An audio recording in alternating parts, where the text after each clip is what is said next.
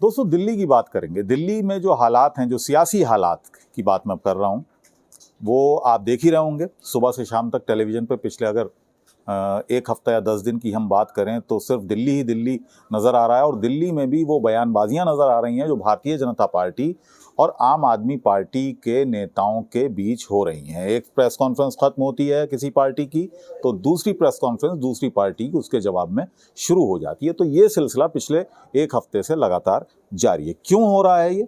शराब पॉलिसी को लेकर जो नई शराब नीति आम आदमी पार्टी की सरकार ने दिल्ली में बनाई थी, उसको लेकर ये तमाम उठापटक चल रही है, बयानबाजियां चल रही हैं। भारतीय जनता पार्टी, केंद्र सरकार का ये कहना है कि इसमें भ्रष्टाचार हुआ है, लिहाजा इस पर सफाई देनी चाहिए और उसकी जांच होनी चाहिए, जिसकी जांच के लिए सीबीआई में एफआईआर दर्ज हुई। और एफआईआर के बाद मनीष सिसोदिया के घर छापे पड़े। सिर्फ मनीष सिसोदिया के घर पर ही नहीं, बल्कि उस पॉलिसी से जुड़े उन तमाम लोगों के घरों पर, ठिकानों पर भी छापे पड़े। कहा जाता है कि 7 राज्यों के लगभग 21 ठिकानों पर सीबीआई ने छापेमारी की।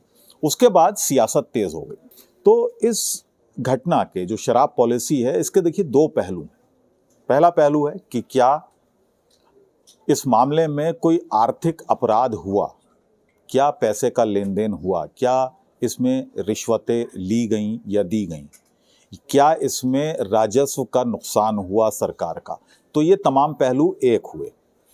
दूसरा पहलू है जो शुद्ध रूप से राजनीतिक पहलू है और जिसके बारे में चर्चा ज्यादा हो रही है, जिसके बारे में बयानबाजी ज्यादा हो रही है। एक दूसरे को भ्रष्ट साबित करने की, एक दूसरे को गलत साबित करने की जो कोशिशें हैं वो नजर आ रही हैं फिलहाल टेलीविजन चैनल्स पर। अब इसमें कौन पिछड़ा, कौन आगे निकला, इसी पर आज मैं ये बात करने वाला हूं। इसी पर मेरा ये पूरा वीडियो होगा। ध्यान से देखिएगा और अपने कमेंट भी दीजिएगा, अपने सुझाव भी दीजिएगा कि अगर मैं गलत हूं या सही हूं। जितना मैं इस पूरे मामले को समझाऊं, इसकी सियासत को समझाऊं, कि इसमें शुरुआत में एक बढ़त थी भारतीय जनता पार्टी को। भारतीय जनता पार्टी जिस तरह से हमले कर रही थी, ज़बानी हमले कर रही थी आम आदमी पार्टी पर, तो शुरुआत में लग रहा था कि भारतीय जनता पार्टी कुछ हद तक इस मामले में राजनीति में आगे निकल रही है। लेकिन जैसे जैसे वक्त बीता और जैसे जैसे बयान आना शुरू हुए, ख़ास तौर से उन नेताओं के बयान जो दिल्ली के नेता हैं और भारतीय जनता पार्टी में निस्बतन छोटे स्तर के नेता हैं, उन्होंने पूरा भारतीय जनता पार्टी का एक तरह से जो प्लान समझ लीजिए, जो राजनीति थी, उसका सारा गुड़ गोबर कर दिया।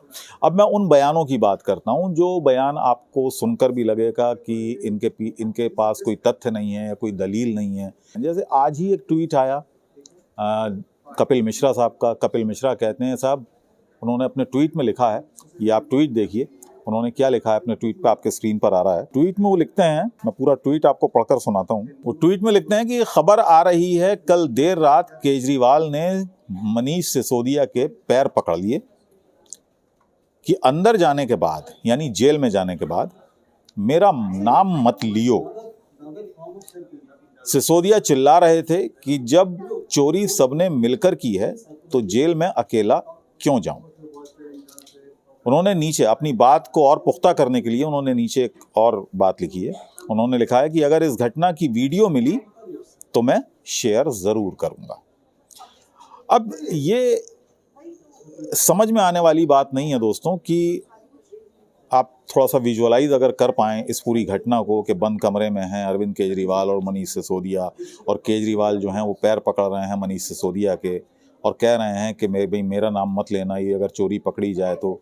और मनीष सिसोदिया उनको जवाब दे रहे हैं कि साहब अगर मेरा नाम आएगा तो मैं सबके नाम खोल दूंगा और मैं अकेला जेल में क्यों जाऊंगा।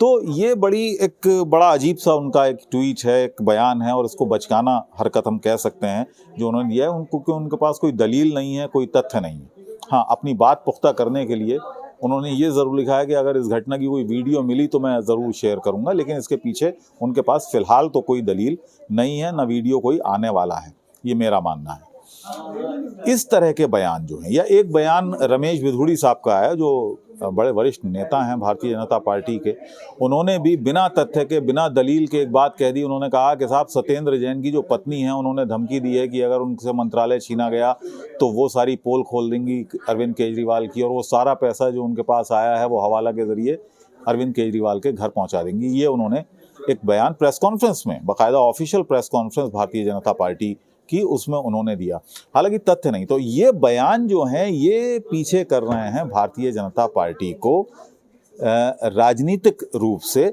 जो अरविंद केजरीवाल के खिलाफ जो मोर्चा है जो खुला हुआ है बीजेपी का, उसमें कहीं ना कहीं भारतीय जनता पार्टी इस मामले में पिछड़ रही है, क्योंकि जनता सब जानती है, जनता देख रही है क्या कुछ हो रहा है, किस तरह की राजनीति चल रही है। आर्थिक अपराध हुआ है या नहीं हुआ है, क्योंकि इसमें विवेचना होगी, इसमें जांच होगी, सीबीआई जांच पड़ताल करेगी, उसके बाद उसमें वक्त लग सकता है। अब जानकार ये कह रहे हैं, और मैं आपको ये भी बता दूं कि आम आदमी पार्टी ये बताने में कहीं ना कहीं कामयाब हो रही है कि ये पूरा मामला राजनीति से प्रेरित है।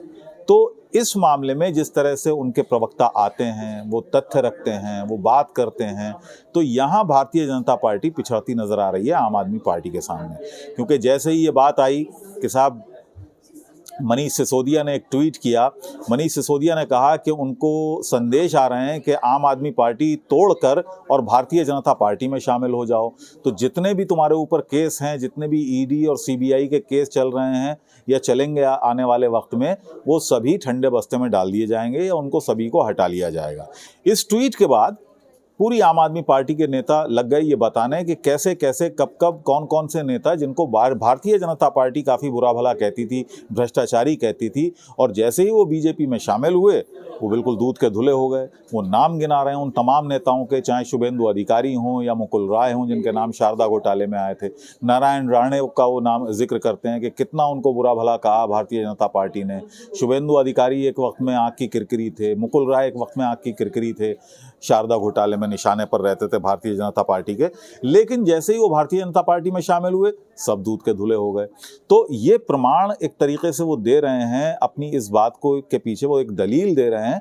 तो ये लोगों को अपील कर रही है, आम आदमी पार्टी को इसमें थोड़ा एज है, क्योंकि वो ये साबित करने में कहीं ना कहीं कामयाब हुए हैं कि उनको, उनके नेताओं को बीजेपी केंद्र सरकार टारगेट कर रही है।